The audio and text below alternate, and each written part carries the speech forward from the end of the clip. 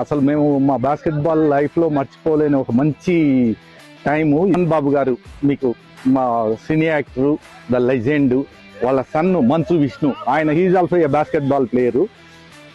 వాళ్ళని రిక్వెస్ట్ చేశాము. వాళ్ళకు కూడా ఒక బాస్కెట్బాల్ టీం ఫామ్ చేయాలని ఉండింది.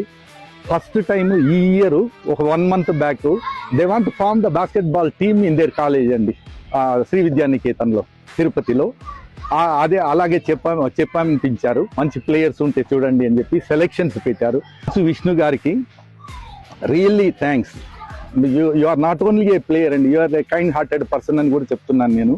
ఎందుకంటే 5 అమ్మాయిలు ఈ బంగారుపాలెం, ఈ చిత్తూరు డిస్టిక్లో బంగారుపాలెంలో ఇక్కడ ఈ గ్రౌండ్లో ఆడే అమ్మాయిలు, ఈ గవర్నమెంట్ స్కూల్లో చదువుతూ ఉన్న అమ్మాయిలు 10th పాస్ అయ్యారు.